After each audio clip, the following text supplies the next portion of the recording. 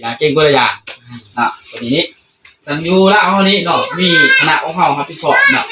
มีทางประธานแล้วก็ที่ของเจ้าห้องประธานบริษัทเนาะแล้วก็มีผู้อำนวยการเพิ่นเนาะฝ่ายการตลาดนี่ที่รวมกันเกินไว้ในประเทศลาวนี่เนาะเป็นประเทศลาวซึ่งของเขามีใบทะเบียนวิชากิจถูกต้องตามกฎหมายเบิดถูกกระบวนการเนาะใบ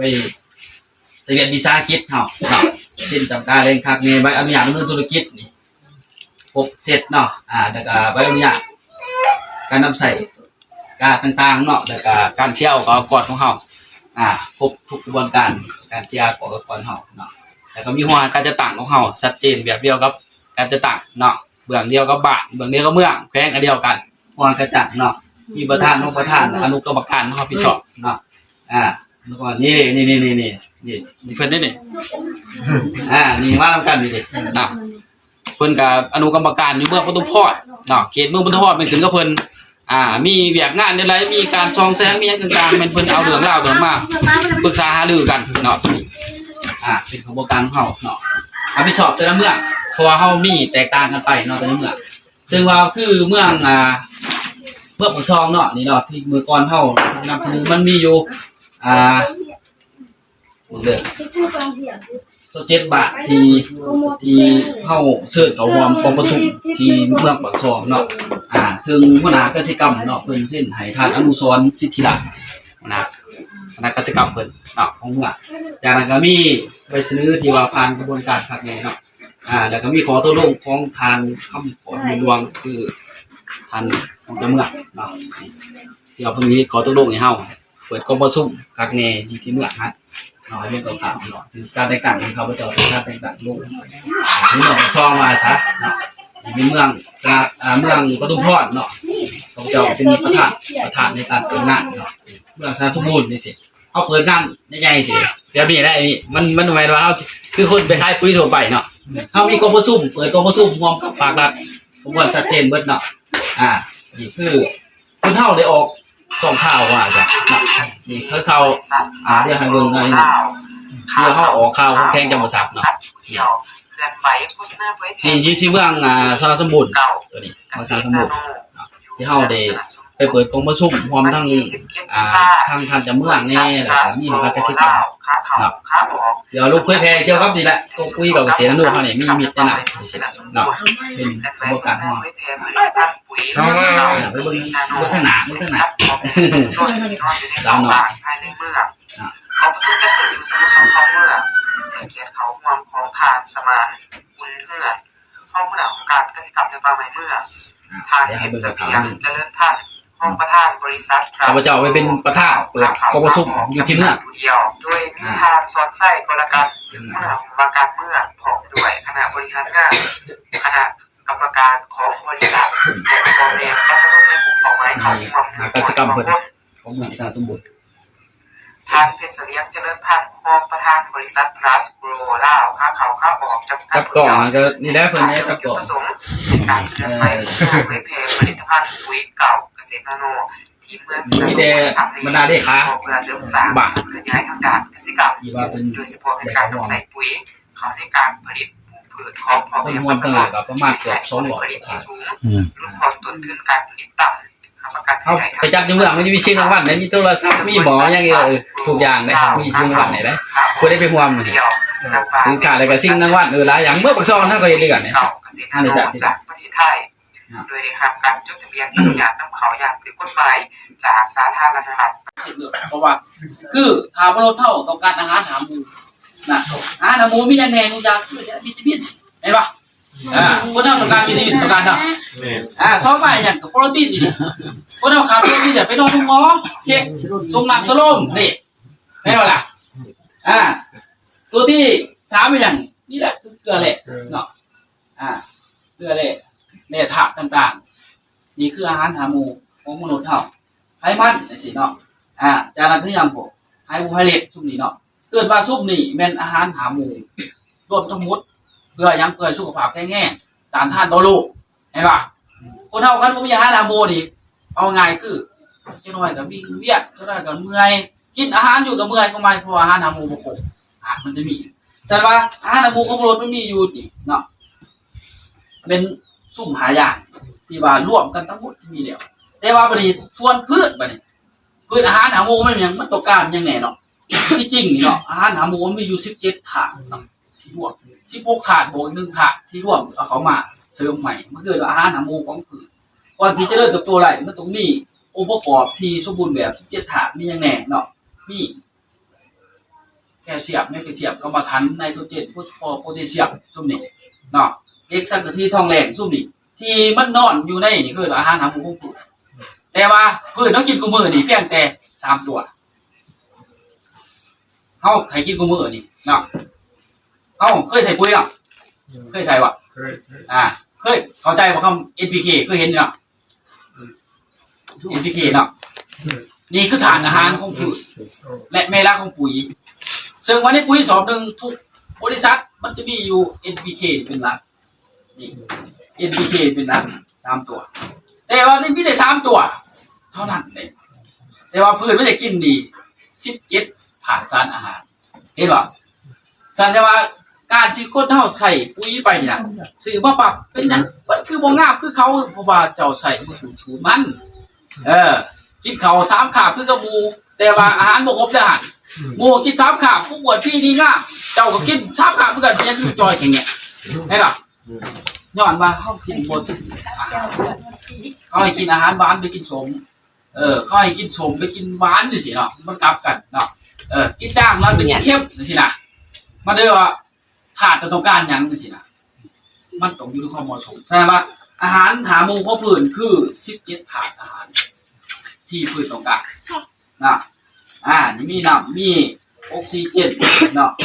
คาร์บอนไดออกไซด์ซึ่งมีไนโตรเจนฟอสฟอร์โพแทสเซียมไนโตรเจนซึ่งเป็นองค์ประกอบถามว่ามีได้ดีครบเนาะมันจะช่วยเสริมสร้างก็คือเฮ็ดให้ดินมีฝุ่นเนาะถ้าดินมีฝุ่นแล้ว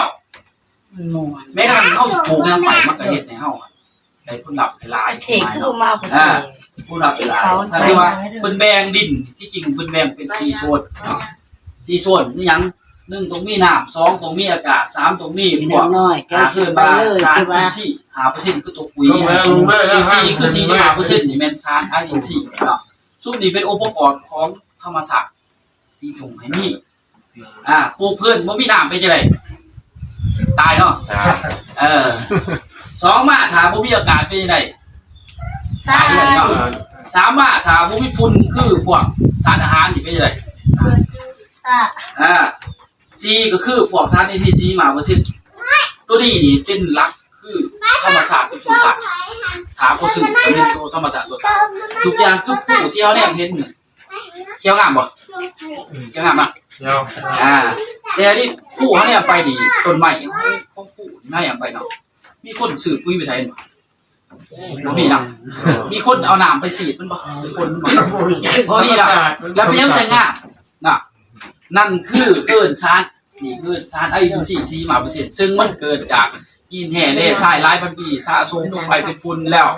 พวกใบไม้แห้งพวกกิ่งก้านพวกซากสัตว์พวกหินจุ่มนี่เนาะก็เกิดเกาะกันเป็นไข่เห็นบ่เฮาเนี่ยเป็นฝุ่นอยู่จากเวลาฝนตกเป็นหินขึ้นแล้วนั่นคือฝุ่นเห็นบ่ฝุ่นเป็น10จาก10เป็นแตกออกหลายขึ้นแบบส่วนเฮาปีนี้มีอยู่5ต้นเป็นเพียปีหน้ามีอยู่10ปีต่อไปมีจังซี่มันหลายขึ้นเพราะว่ามันเพาะไว้นะไม่ได้ไปสิเพราะว่าปุ๋ยนี่คือปุ๋ยอากาศปุ๋ยยูเรียคือปุ๋ยอากาศพวก16นะนี่ก็เกิดสิแล้วพวกนี้จะมาพากันมากินบุฟเฟ่ต์เลยนี่คือกาแฟเนาะมันจะมีพวกมดดำพวกนี้สิมีอยู่บ่อยู่สวนบ้านเฮานี่มันมาย้อนซุ่มนี่แหละยูเรียนี่มวยนะมวยแต่เฮาใส่เนาะส่วนตะขางใส่มันก็สามารถมาเฮาได้คือกันเพราะว่าพวกนี้มันมาในอากาศให้เข้าใจนั่นน่ะเด้อมันจะมาจังซี่นะมาเจาะมากินเนาะมาเพาะหมากเจ้าตัวบ่สมบูรณ์หมากสุกเนาสุกกระเทินกระดันจังซี่เนาะนี่เป็นจังซี่ปูชามเป่ามีอยู่บ่ที่ชวนแถวบ้านเฮามาจังซี่แต่บางคนก็บ่เป็นบ่สวนเพราะมันบ่มีภูมิต้านทานมันก็ยังอยู่ได้แต่บ่ไหนที่มันคือข้าพเจ้าว่าอันนี้เนาะท่านพูดมาทานมันแข็งแรงหาหลายเด้อไข่นาวแล้วก็เป็นตับขึ้นมาเกิดท่านกาแฟก็เริ่มได้นี่ถ้าเป็นผู้ทำเป่าปีต่อไปแห้งเริ่ม ใบเดิมบ่มีแหละนะ คืนเดียวนี้ครับ ก็เกิด จุด หมากกาแฟนี่ก็เริ่มเริ่มมาหมากกระโบจับรอกระลุ่น เอากระมี่เยอะมา นะนี่จะก็เคยสิมีแม่ตัวนี้แล้วก็เฮ็ดไถงาฮักจะบอก ดวงแดง มันมาเจาะมากัดนะ ดวงแดงเดี๋ยวนี้ ถ้วยตัวดวงขาวมันเลยน้ำลาย แม่ซุ่มนี่ มันตัวปัญหา มันมาเจาะเฮ็ดไถงาเฮานี่ใบเขียวๆน่ะหมากอุ้มงามนี่น่ะฮักทิก่อนเนาะคณะทีมก็แสดงว่าเฮากับผู้รับเฮาก็ลดลงไปอีกเนาะในต้นนั้นถ้าเวลาสิได้อยู่จะ50โลสิในต้นน่ะเนาะซะไปฮักเฮ็ดงานนึงก็เบิดเหลืออยู่20กว่าโลสิเนาะมันก็ลดลงไปอีกได้หลายของเฮาเนาะอันนี้มันบ่ก่อเกิดเนาะก็คือพวกใส่เคมีทั่วไปฉะนั้นว่าในการที่เฮาใส่เคมีทั่วปกติแล้วแต่เราบางคนเฮาคันว่าปลูกพืชแล้วเฮาก็อยากได้ผลลัพธ์เนาะปลูกกาแฟอย่างไรเนี่ยจะได้มากมั้ยดอกว่าสิได้ใบเนาะจะได้มากกันหน่อยจะได้มาไปซื้อจะเป็นตัวไปแก้ไขคือไปซื้อยาปราบศัตรูพืชนี่ดอก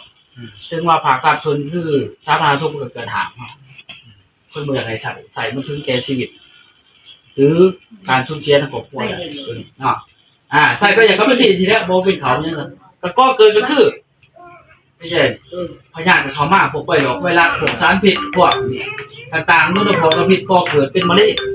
เห็นบ่เขามาสู่ร่างกายเฮานี่จังซี่แหละอาจจะไปทางเลือดทางรูมคนทางต่างๆเห็นบ่บางคนโอ้ยอัดปากก็ดังดีอัดต่อตาเขาบ่ได้เพิ่นว่า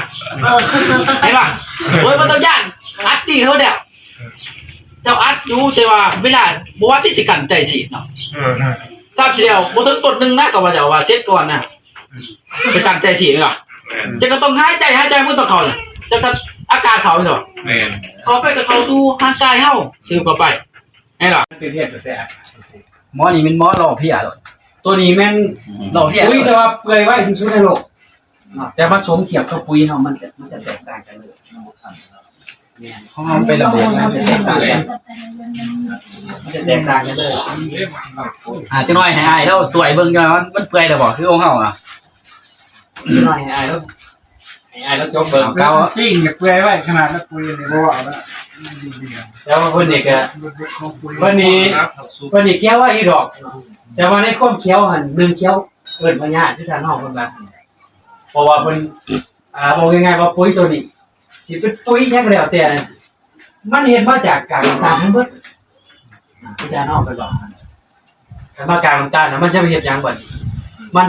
ขอเสียมันก็คือเอิ้นว่าญาติเขามาคือเพิ่นว่าหั่นแหละตัวไอ้เบิ่งเปื่อยแล้วบ่นอกตัวรอบตัวบ่是六个，你有呗？ลอกได้คนตะแกรงเนี่ยแข็งของเฮานี่เรียบร้อยเบิดเลยเหรอยังแข็งอยู่บ่ของเฮามันโรคไปก่อนสี่เข็ม แพ้ต่างกันได้เด้อลองเอามือจุ่มก็เฮานี่เนาะก็ไปจุ่มตัวนั้นปลา1ชั่วโมงก็1ชั่วโมงหมอนี่มือเฮาจะเป็นเหนียวเจ้าของเฮาพวกเหนียวมันแผ่ต่างกันเพราะมันเป็นคล้ายคือพวกนาโนเป็นคาร์โบเจนแต่หมอนี่มันเป็นเคมีให้เข้าใจเลยเข้าใจนะลองเบิ่งมานี่เอาเช็ดเองซักเองนะพี่พ่อมาเบิ่งปุ๋ยเฮาก่อนเนาะมาเบิ่งปุ๋ยเฮาก่อน 他这么是猎户的。วันนี้เฮาปุ๋ยตัวนี้ปุ๋ยขาวตัวเพิ่นเอามาให้นี่นี่คือข้อแตกต่างยังผมมาใกล้ๆก็ได้มันจะบ่หงเนาะ 他得保护。 กระเนียนนะครับ วันนี้มาเบิ่งปุ๋ยเฮาอีกเนาะเทื่อนึงเนาะ ปุ้ยดำๆนี่คือบอกมาตัวไหนอย่างไรโอ้ยพอแล้วมีแต่ปุ้ยเวียดอยู่ลุม วันนะยังสอบใหม่อยู่ ข้ามเกียร์ มันบ่สามารถหงน่ะนี่คือข้อแตกต่างมันบ่หงย้อนหยังบัดนี้ วัตถุดิบสีขาว มันบ่หงเนี่ยมันเป็นปุ๋ยถาดเดียวปุ๋ยถาดเดียวมันจะบ่สามารถซักน้ำไฟฟ้าได้เปรียบเทียบแล้วก็แม่นเปรียบเทียบคือน้ำซื่อๆเฮานี่เลยแต่ว่าเพิ่นให้เสื้อเนาะเพิ่นให้ควบเคี้ยวอย่างเดียวสิไปหวังว่าให้เพิ่นเป็นหมากเป็นหยังก็บ่ได้นำเพิ่นดอกเพราะว่าหน้าที่เพิ่นมีหน้าที่เดียวหน้าที่คือให้เคี้ยวให้ควบเคี้ยวอย่างเดียวคันบ่เคี้ยวก็บ่แม่นเพิ่นคือว่าน่ะคือเฮากินเหล้ากินเบียร์นี่แหละคันบ่เมาเฮาก็บ่กินแต่เฮาก็บ่ ไม่อยากเป็นเบียร์ เหมือนเรา พ่ออย่ากลัวท่านจะกินเนาะกินแต่พ่อบอกว่า ประ จะ เด็น กิน วิเคราะห์อะไรเราเป็นยังคือหุงเป็นยังคือบ่หุงวิเคราะห์ก็คือตัวบ่หุงนี่ย้อนว่ามันเป็นปุ๋ยถาดเดียวเนาะมันบ่ได้ให้สารอาหารใดๆเลยมันให้เพียงแต่หน้าที่เดียวคือให้เคี้ยวแล้วก็จบแต่ของเฮานี่เป็นยังคือหุงคือมันมีอยู่17ถาดคือพวกเด็กสังกะสีทองแรงพวกโบรอนพวกซุปนี่เนาะแคลเซียมแมกนีเซียมกรรมฐานไนโตรเจนโพแทสเซียมโพแทสเซียมมันร่วมหมด ไปเลยช่วง มันร่วมหมดที่มีถาดอาหารนี่เกิดมากันแล่ธาตุทั้งหมด บางนั้นน้ำไม่ชอบแล้วในอื่นนะ ปุยตัดต้องตัดตัวเม็ดปุยขาวเราจะปุยขาวต้องอยู่ ซาตานบ่ฮู้ ตัวไปเบิ่งถาดมันเพราะถาดเขามีถาดมี3อยู่ถาดนี่ว่าไนโตรเจนโพแทสเซียมมันอาจจะหุงแต่ว่าถาดอาหารมันบ่ครบหุง จะหุงไหนหัวแห้ง แม่นมีคือกัน บอกง่ายๆว่าหมอนี่อยากทานอยากให้พืชเป็นอย่างคือช่วงเข้าเก็บเดี่ยวไม่เข้าเอาไปสีตัวนี้ตัวเขียว คือว่าอะไรคือกล่องเดียวมัน2,700เดี๋ยวคูณมันถึงอะไรสมมุติ เอาตัวนี้เดียวตัวนี้ก็ได้ นั่งอี เข้าเลือกสามารถเลือกตัวนี้ได้ตัวนี้หมอนี่คือชื่อช่วงเป็นดอกใช่เป็นดอกตัวนี้ เป็นดอก นี่ตัวนี้อยู่ข้าง ตัวนี้ป้องกันเชื้อราป้องกัน นี่ตัวหน่อยราคาแพง เพี้ยนอนนี่ต่างๆเดี๋ยวมาเจาะ มีเขียนเป็นขางอีกว่า2,700 บาท แล้วป้องกันได้ แม่ ข้างขางเด้ มันกาแฟนี่บ่มีว่าตัว เบื้องนั้นเออ เจ๊เลยแล้วนะ คนละซองนึง กา เนาะ แฟแล้ว